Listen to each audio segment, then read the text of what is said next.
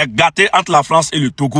2 Français, 2 journalistes ont été arrêtés au nord du Togo, accusés d'espionnage en pleine crise diplomatique. Ils ont sollicité un visa pour venir au Togo en qualité de touristes, alors même qu'ils sont en réalité reporters travaillant pour le groupe public français France Télévisions. Ils ont préféré dire qu'ils venaient au Togo simplement contempler les paysages, bénéficier des belles plages de la côte togolaise, prendre de belles photos et rentrer après. Et ils se présentent comme touristes. Ils ne se présentent pas en indiquant la véritable raison pour laquelle ils tenaient à venir au Togo. Faure Gnassingbé les retient en otage pour forcer Paris à lui livrer Ferdinand Haïté, journaliste exilé en France et opposant historique du régime. Lomé veut un échange, sachant que la France a toujours refusé d'extrader Haïté. Il s'agit là d'un chantage diplomatique assumé. Alors, peuple souverain d'Afrique, je vous salue et bienvenue dans cette nouvelle vidéo. J'aimerais vous partager cette petit extrait de vidéo qui parle par rapport au sujet de l'arrestation de 2 espions français au Togo. Quelque chose qui se passe réellement et j'aimerais beaucoup d'entre vous ne comprennent pas vraiment ce qui se passe, ce qui est derrière. D'autres pensent que c'est des journalistes, d'autres pensent que ce sont des espions. Chacun a ses opinions sans savoir réellement ce qui se passe. Alors, je vais vous expliquer du début jusqu'à la fin, mais en attendant, j'aimerais que vous partagiez énormément. Mettez d'abord les likes et partagez cette vidéo. Activez la cloche de notification pour ne rater aucune de mes prochaines publications. Alors, qu'est-ce qui se passe exactement? Les 2 personnages, les 2 Français, sont venus avec un passeport purement touristique. Mais au final, on vient remarquer que c'est autre chose qu'ils viennent faire. Je vous laisse écouter le professeur Franklin Nyamsi qui explique vraiment de loin à large cette partie. Vous allez me dire dans les commentaires ce que vous en pensez. Maintenant, parlons de cette arrestation. Selon les informations que votre serviteur a recoupées, qu'est-ce qui s'est passé avec M. Gaël Mokaer et M. Sébastien Pérez Pezzani? Ces 2 citoyens français, selon les informations à notre disposition, ont demandé à se rendre en territoire togolais à titre de touristes. Je recommence et je vous prie de noter les informations dans l'ordre. Ils ont sollicité un visa pour venir au Togo en qualité de touristes.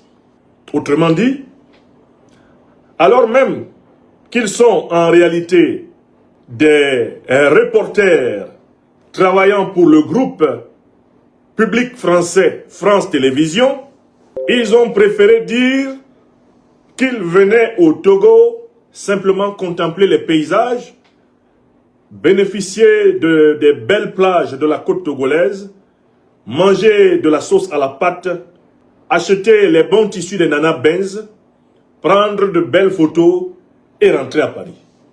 Vous notez bien, ils demandent à venir au Togo et ils se présentent comme touristes. Ils ne se présentent pas en indiquant la véritable raison pour laquelle ils tenaient à venir au Togo. Deuxième information, une fois qu'ils arrivent au Togo, ils ne se comportent pas comme des touristes. Ils se rendent dans le nord du Togo, une zone qui a été placée en état d'urgence par les autorités togolaises à cause des infiltrations des groupes terroristes. Et ils commencent un travail de journalistes d'investigation. Ils commencent un travail d'enquête de terrain. Il faut savoir que lorsque des journalistes se rendent dans un pays, dans le but d'y mener une investigation, ils ont obligation d'indiquer, 1, qu'ils sont journalistes, 2, qu'ils ne viennent pas pour des vacances, 3, qu'ils souhaitent venir mener des enquêtes ou faire des reportages. Et ce sont les autorités du pays qui, dans ces conditions, leur délivrent un visa ou ne le leur délivrent pas.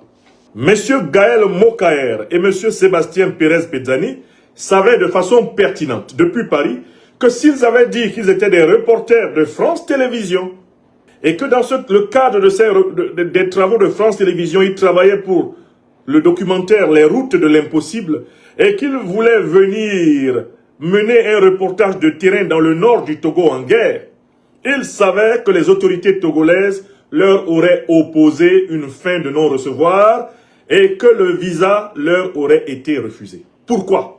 Pourquoi le savaient-ils? Parce que en juin 2025, le Togo a suspendu les médias officiels français sur son territoire. France 24, TV5, RFI, Jeune Afrique et consorts ont été interdits au Togo. les autorités togolaises estimant que ces médias pratiquaient du terrorjournalisme et œuvraient à la déstabilisation du pays, soutenant en sourdine en réalité les infiltrations terroristes au lieu de soutenir la lutte des peuples africains contre le terrorisme et la lutte du peuple togolais.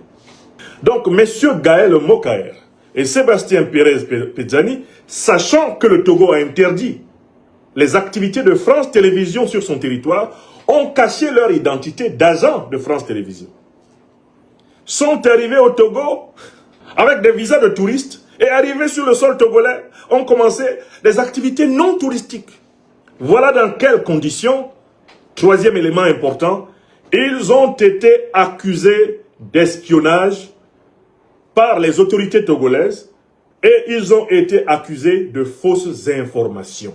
Fausses informations puisqu'ils n'ont pas décliné leur identité réelle d'agent ou de contractuel de France Télévisions, car s'ils avaient décliné cette identité, ils n'auraient pas eu de visa.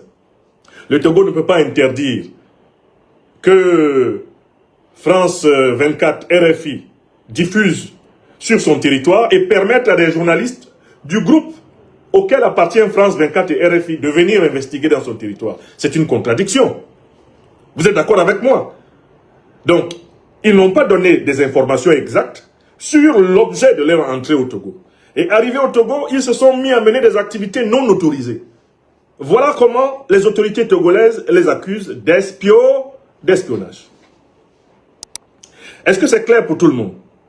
Maintenant, on va se poser la question. Est-ce que l'accusation d'espionnage formulée par les autorités togolaises dans ces conditions est intellectuellement logique? Est-ce que c'est une accusation incontestable? Ma réponse à moi, Franklin Nyamsi ou Cameroun ou Africa, est oui. Voici la version des faits de la famille. Dites-moi dans les commentaires ce que vous en pensez, surtout par rapport à ces analyses. Est-ce que vous trouvez ça tellement pertinente ou bien comment? Est-ce que vraiment c'est exagéré de la part du pouvoir togolais? Dites-moi dans les commentaires, je n'hésiterai surtout pas à vous lire et liker, abonnez-vous et partagez cette vidéo. Surtout liker, ça fait vraiment plaisir quand je vois des likes. Merci et prenez soin de vous.